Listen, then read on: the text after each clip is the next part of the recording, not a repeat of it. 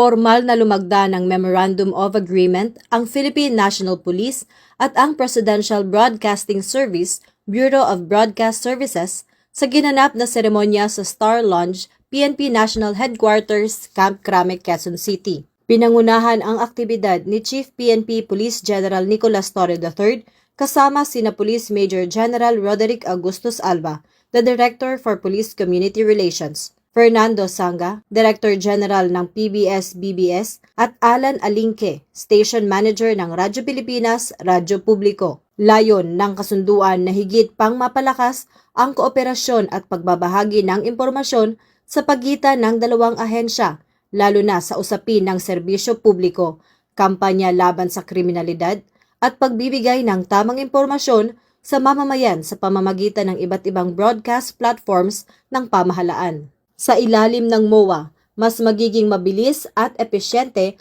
ang pag-abot ng mga mahalagang anunsyo at impormasyon hingil sa seguridad, kaligtasan at mga programang pangkomunidad ng pambansang pulisya. Pinagtibay ng dalawang panig na ang hakbang na ito ay bahagi ng kanilang mandato upang isulong ang transparency, accountability at epektibong pagbibigay ng serbisyo sa sambayanan.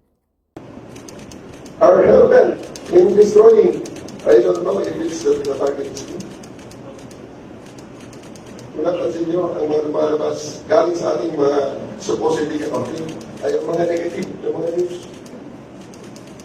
Kaya tama-tama lang kailangan natin ipakita rin dito tayo ng mga nagmamahal sa PNP kung ano talaga tayo at kung ano ang ating ginagawa. And 911 is our self-service program, the 5 minutes response policy. This is nothing new.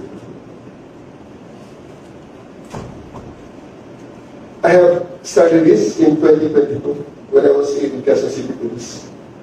And those people that are criticizing us now are those people who do not believe that this can be done nationwide. These are the defeatist officers.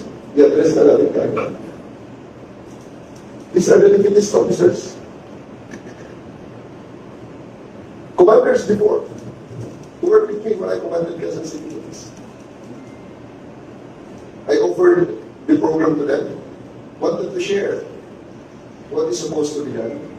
Pero these are the very same officers na ayaw magpapaus. Ayaw mount ng radyo, at ang sabi nila, ang radyo at ang command center ay para lamang sa mga chief of police. Ayaw tumaya.